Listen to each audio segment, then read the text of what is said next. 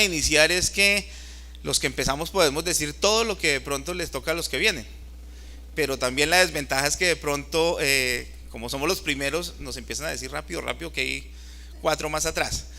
Yo trataré de hacer algunas reflexiones muy sencillas, pero que me parece importante que deben quedar aquí en el marco de estas presentaciones que se van a hacer a continuación también, y que en el fondo pues ustedes se dan cuenta que todas vamos, o todos los que estamos aquí vamos a tratar de hablar un poco sobre las tendencias en la formación en salud. Yo creo que uno no puede hablar de tendencias si no hace un poquito de contexto, y más en un mundo tan no solamente tan lleno de tendencias, sino también en un contexto nacional e internacional tan lleno hoy en día de dificultades, y sobre todo para el sector educativo. Yo quisiera poner de contexto, tal vez como aspecto muy importante, que en el país desde hace ya algún tiempo existe una desarticulación profunda entre el sector educación y el sector salud. Definitivamente el Ministerio de Salud va por un lado, bueno, afortunadamente volvió a ser el Ministerio de Salud, y el Ministerio de Educación va por otro. Y los que hemos estado metidos en este proceso, que también es político, desde hace aproximadamente unos 10 años, hemos entendido que si no los llamamos los que estamos afuera, ellos no se van a dar cuenta, y pues ellos difícilmente se van a acercar. Entonces, con Ricardo desde Ascofame, con algunas personas desde ACFO, creo que en los últimos años nos hemos preocupado mucho por estarles diciendo: oigan, ustedes tienen que hablar antes de tomar cualquier decisión, porque creo que desafortunada e infortunadamente un decreto que salga para el sector educativo inmediatamente tiene unas implicaciones grandísimas en el sector salud, y al revés, cualquier regulación que aparece en el sector salud inmediatamente tiene que incidir en el sector educativo, y resulta que se dan cuenta 7 años después, cuando de pronto ya han salido 2, 3 promociones, cuando ya la cuestión no se puede recuperar, y entonces hay que hacer planes de contingencia y hay que tratar de reponer las cosas. En este contexto de desarticulación entre educación y salud, me parece importante recordar que, al igual que el sector salud, hoy en día existe un empobrecimiento del sector educativo como resultado de una disminución del financiamiento público. Lo estábamos hablando esta mañana. Cada día es menos el recurso económico que el gobierno le da a las universidades públicas. Ustedes cada día más tienen que inventarse cosas para acceder a recursos, y es en ese contexto también que surgen estas perspectivas de alianzas para fortalecer, y a veces detrás de la palabra fortalecer, lo he escuchado en la experiencia que he tenido como evaluador, aparece la palabra sobrevivir. Y realmente los que estamos en el sector educativo tenemos que pensar que es muy triste que desde las universidades públicas se hable de que hay que sobrevivir, cuando es una responsabilidad directa del Estado mantenerlas, y no solamente mantenerlas, sino proyectarlas y hacerlas crecer.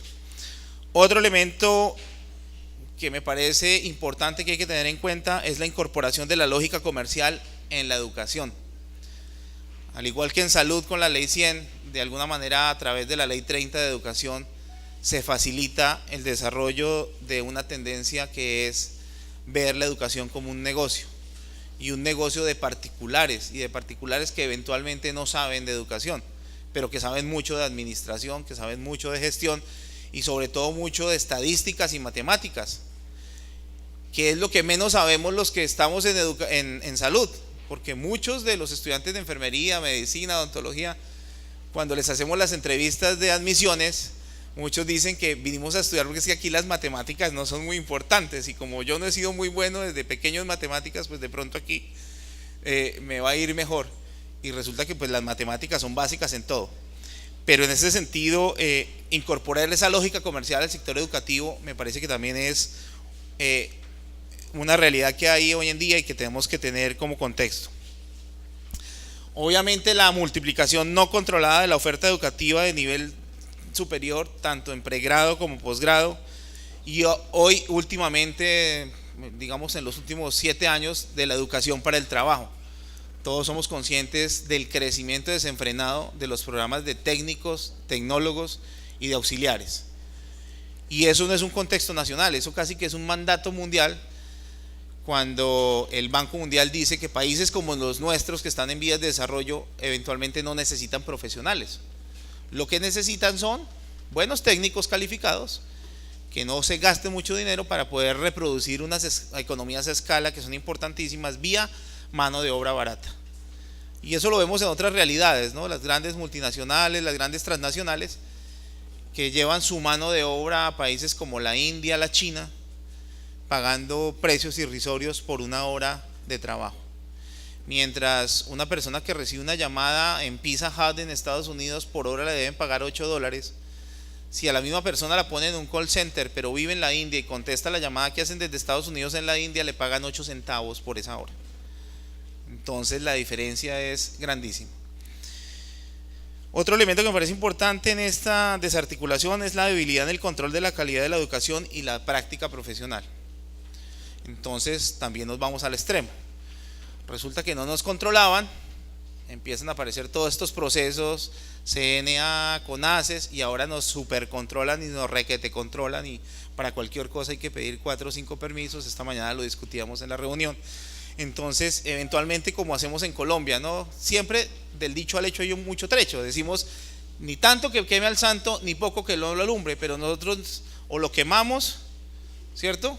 O lo deslumbramos.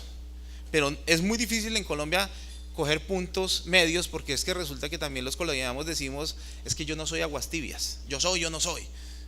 Y esa parte cultural también a veces nos lleva a evitar esos procesos tan bonitos y esas iniciativas como la que estamos discutiendo hoy aquí, de hacer alianzas y alianzas estratégicas, reconociendo las dificultades, las debilidades de cada uno, pero también las fortalezas. Otro elemento que me parece importante es la persistencia de un sistema de formación centrado en el modelo hospitalario y obviamente en la enfermedad. Y eso es un dolor de cabeza que tenemos que seguir entendiendo, porque a pesar de que en los últimos 10 años reconocemos la penetración valiosísima de las ciencias sociales en la formación en salud, seguimos respondiendo de alguna manera también por el esquema del sistema a las enfermedades, al control de la enfermedad y a la erradicación de la enfermedad. Y eso eventualmente también nos está influyendo mucho en lo que son los modelos pedagógicos y formativos.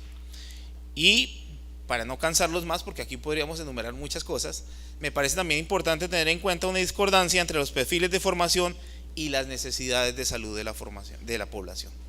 Entonces creo que también tenemos que pensar mucho en qué tipo de profesionales estamos formando y para qué problemas, no solamente de salud, sino qué problemas sociales estamos formando. Dense cuenta ustedes que no podemos seguir pensando que este es un país en el que el problema son las adicciones. Es que las adicciones vienen pegadas a otra serie de problemas, ¿cierto? La falta de ingresos de una familia desencadena todos unos procesos que finalmente se ven en la adicción de alguno de 2 o de 3 o de 4 hijos, o inclusive del papá con los hijos. Pero el problema esencial no sería inicialmente la adicción, porque una vez que usted resuelve ese problema, siguen otros y finalmente el hijo tiene que volver a caer en eso. Eso para darles un ejemplo muy sencillo. En esa perspectiva es que yo quisiera hacer entonces algunas reflexiones muy rápidas. Y cuando estaba pensando, bueno, ¿qué nombre le ponemos aquí a la presentación? Yo decía, bueno, tendencias en la formación, sí, tendencias, pero a veces las tendencias en este país, más que tendencias, se nos convierten en modas. Y desde esa perspectiva yo podría llamarle a mi presentación una cosa muy corta, pues en 20 minutos es muy difícil decir todo lo que uno quisiera decir, y resulta que a mí me parece que la moda sí incomoda. Muchos decimos que la moda no incomoda, pero yo creo que en lo que es formación de recursos humanos en salud, la moda sí puede llegar a incomodar. En esa perspectiva miremos, de hablar de tendencias podríamos hablar de muchas. Yo quisiera simplemente tomar 3 o 4, pero muy rápidamente, porque creo que también hay que dejar espacio para reflexiones desde las otras áreas de conocimiento. Y quisiera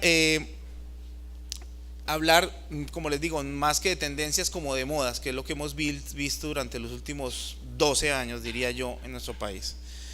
Y aprovechando que aquí ya hay estudiantes, me imagino que van a hacer buena cara cuando les diga que una de las modas es el bilingüismo. Yes. Si no sabemos hablar inglés, chao, ¿cierto? ¿Cuántos de los que están aquí han retrasado un semestre de su grado porque es que no tienen B2? Me imagino que es B2.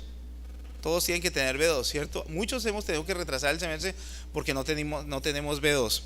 Y al revés, algunos hablan muy bien el inglés porque estuvieron en una experiencia de 6 meses o de un año en Estados Unidos y vienen, y oh sorpresa, aunque hablan muy bien el inglés allá, presentan el examen de clasificación aquí y como decimos, los estudiantes se lo tiran.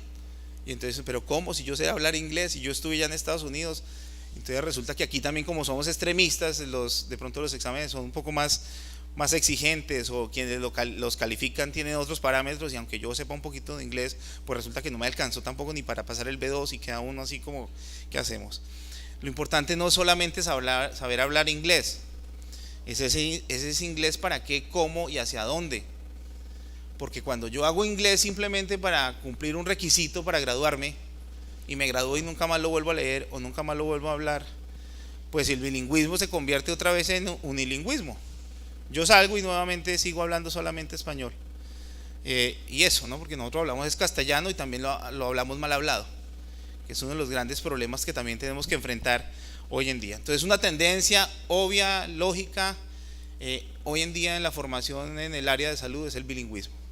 Definitivamente hay que acceder a otras culturas, y a través de otra lengua obviamente uno pues conoce muchísimo más. Entonces de todas maneras creo que en muchos de los programas de este país, sea enfermería, medicina, aún estamos carentes de eso. Creo que son pocos, yo he visitado bastantes en enfermería, creo que son pocos los programas en enfermería, no voy a decir que ninguno, porque aquí alguno puede alzar la mano y como siempre pasa, no, yo sí lo hago. Puede ser, toda regla tiene su excepción, pero creo que todavía estamos escasos de cátedras en otro idioma, no necesariamente el inglés, hablamos de bilingüismo, pero puede ser francés, puede ser portugués, pero creo que estamos casi que carentes de cátedras en otro idioma, estamos carentes de profesores visitantes que nos impartan sus cátedras en otro idioma, porque todavía no tenemos ese desarrollo, y entonces ese bilingüismo termina siendo eso, unas clases de inglés colocadas extracurricularmente para cumplir con un requisito de grado. Eso creo que hay que preguntárselo, porque si la tendencia fuera realmente eso, el bilingüismo fuera una tendencia, tendría que asumirse de otra manera. Si lo seguimos asumiendo como particularmente lo vemos en los programas de enfermería del país, termina siendo una moda que incomoda. Me imagino que los estudiantes, ustedes lo comentan en los corredores, ¿o no? Qué vaina con inglés, yo no puedo hacer nada por ese inglés. Y eso es una moda, pero le incomoda. Los que alguna vez fuimos estudiantes por allá en los años 80, cantábamos las canciones en inglés, las ¿te acuerdas, Ricardo? Air Supply y Kool and the Gang, y las cantábamos en inglés y no sabíamos qué decían, ¿cierto? Pero las cantábamos, no las sabíamos de memoria, no sabíamos qué decían, pero las cantábamos de memoria. Bueno, otra tendencia grande que no podemos olvidar es el aprendizaje basado en problemas, el ABP. Y resulta que aparece hoy como tendencia, pero yo estaba jovencito y alcancé a vivirlo. Eso tampoco es una tendencia, ¿cierto, Ricardo? Eso hicimos programas UNE, yo me acuerdo de los programas UNI hace como unos 25 años, ¿te acuerdas? Y el eje central de los programas UNI era aprendizaje basado en problemas. Entonces, como que tendencia, ¿será que tendencia? Lo que pasa es que ahora es una moda más fuerte, de pronto vende un poco más, pero también es una posibilidad para la formación. Todavía creo que hay mucho por evaluarle a eso, hay mucho que discutir. Finalmente también creo que muchas de estas tendencias responden a lo que conversamos generalmente los profesores en los corredores, los estudiantes, ustedes como estudiantes ya son diferentes, ya vienen con el chip incluido, ¿cierto? Eso es lo que uno esperaría, que ya todos tengan el chip incluido, que ya todos manejen las tablets, manejen todos los programas de computador, aunque uno todavía ve que algunos son reticentes a eso. A los profesores de pronto nos costó muchísimo prender el computador, oiga, ¿y eso dónde es? ¿Y cuál es el botón este? No, se apaga, ya que, bueno, entonces ahora voy a aprender cuál es. Ese tipo de cosas han ido cambiando de alguna manera también las formas de enseñar, pero también hay que pensar es cómo podemos cambiar las formas de aprender, no solamente las formas de enseñar, sino las formas de aprender. Entonces creo que ahí queda colocado también lo del aprendizaje basado en problemas, habría mucho que discutirle, pero es otra tendencia que hay. Una que nos ha costado mucho en los últimos 10 años, que creo que nos ha llevado un montón de reflexiones, incluso hasta divorcios, peleas, formación por competencias.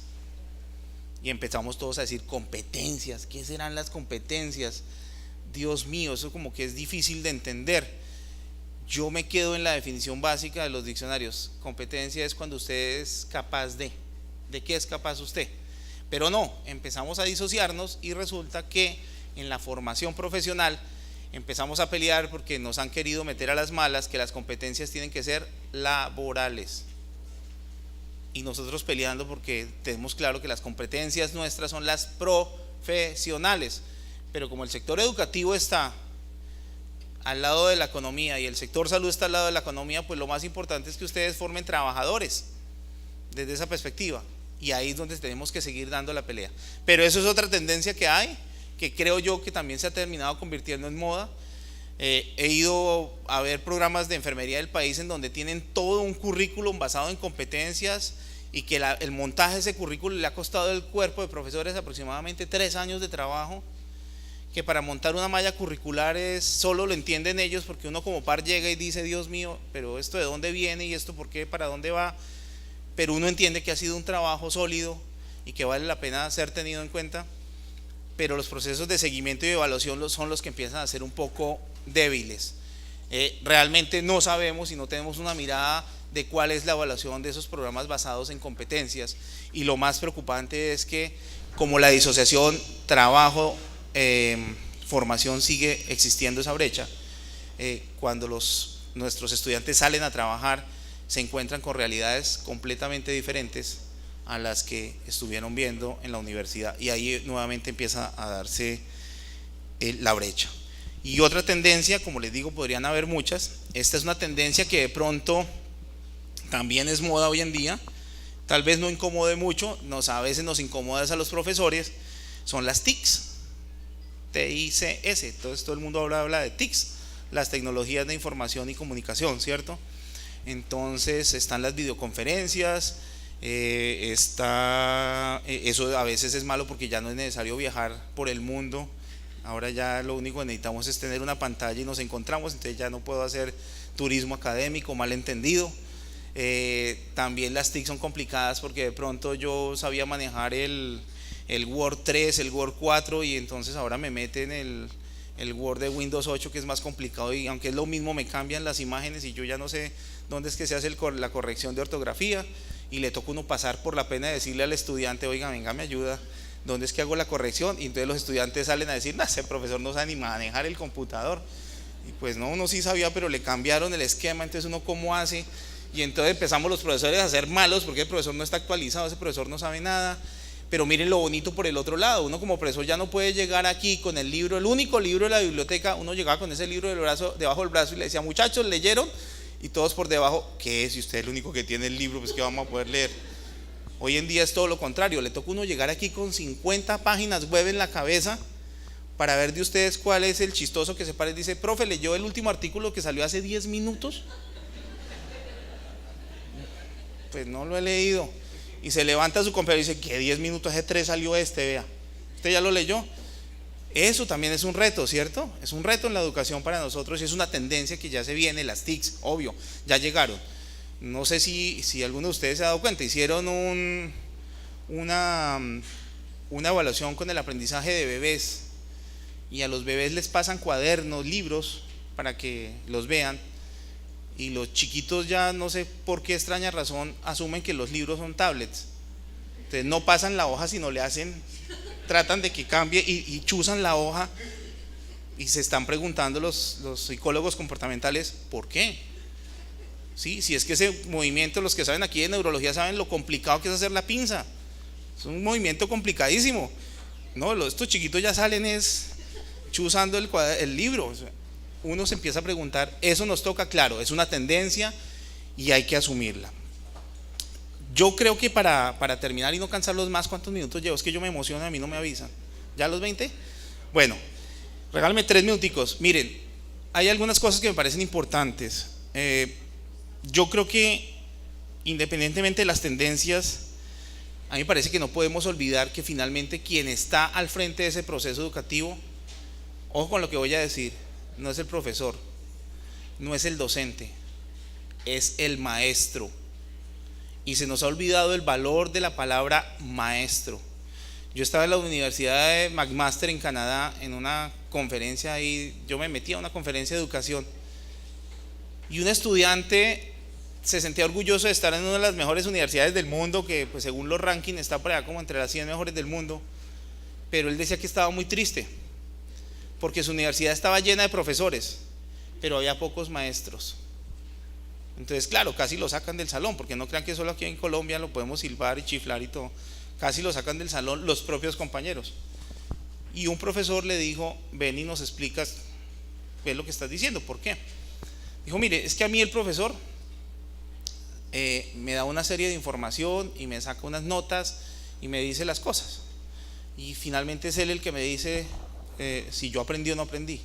Pero un maestro me acompaña. Y aunque yo terminé mi semestre, ese maestro está siempre ahí.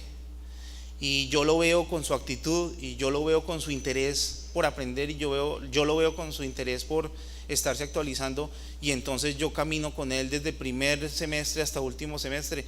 Aunque yo esté viendo anatomía y él no sepa anatomía, yo sé que él me va a orientar a ver cómo estudio yo mejor anatomía.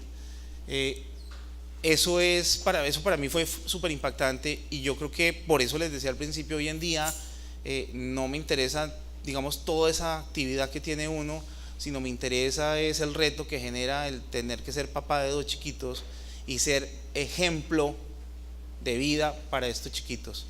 Cuando nosotros somos profesores y queremos ser maestros, tenemos que ser ejemplo de vida para los alumnos, de vida académica. Ustedes como alumnos no leen si no ven a su profesor leyendo. Ustedes como alumnos no estudian si no ven a su profesor estudiando.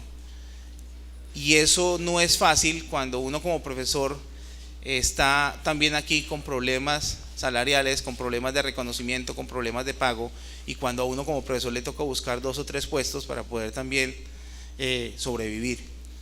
Y ese es el último espacio que quisiera que pusiéramos en la reflexión. Con todo esto de las tecnologías y los avances y el desarrollo, no es justo que hoy en el país, y lo digo por mi profesión que es la enfermería, pero también por la otra profesión que todos ejercemos, que es la educación, no es justo que en este momento en el país profesiones como la enfermería, la educación, estén con tan bajo reconocimiento social y con tantas dificultades para tener más gente que quiera estudiar eso. Es preocupante la situación de la Universidad Pedagógica en Bogotá. Nadie quiere estudiar para ser profesor. Y es que ustedes ya están en la universidad, pero se les olvida que estuvieron en el colegio, y el proceso viene desde abajo. Ya la mística se ha perdido, ya la vocación se ha perdido, y ser maestro de escuela debe ser un orgullo, pero ya no lo es. Antes era relativamente fácil, ya no lo es. Y cuando hay falta de reconocimiento, esas profesiones tienden a desaparecer, y otros vendrán a hacerlo. Y lo que dice Peter Drucker, que es el gurú de la administración, tenemos que empezárnoslo a plantear. Él en el año 99 dijo que con todas estas tendencias que tenemos de tecnologías y de desarrollos y de fortalezas en redes, tenemos que tener mucho cuidado con la infraestructura que montemos, porque probablemente por ahí en el 2040 o 2050 estas grandes universidades que están montadas no dejen de ser sino monumentos a los que ya nadie va a tener que ir, porque para qué si usted todo lo puede hacer en su casa, en la pantalla y con 2 o 3 dedos que haga así. Y esa es una pregunta muy grande que tenemos que hacer. Cómo también dentro de estas tendencias que a veces se vuelven modas, deberíamos tener la tendencia de ser maestros y de captar el gusto por los estudiantes, de los estudiantes por estudiar, y el gusto de nosotros por enseñar y caminar conjuntamente con los estudiantes. Eso es, yo creo que lo que quería dejarles a ustedes ahí. Son 20 minutos, qué pena, podríamos hablar de muchas otras cosas más, pero creo que mis predecesores pueden complementar mucho más las reflexiones. Muchas gracias.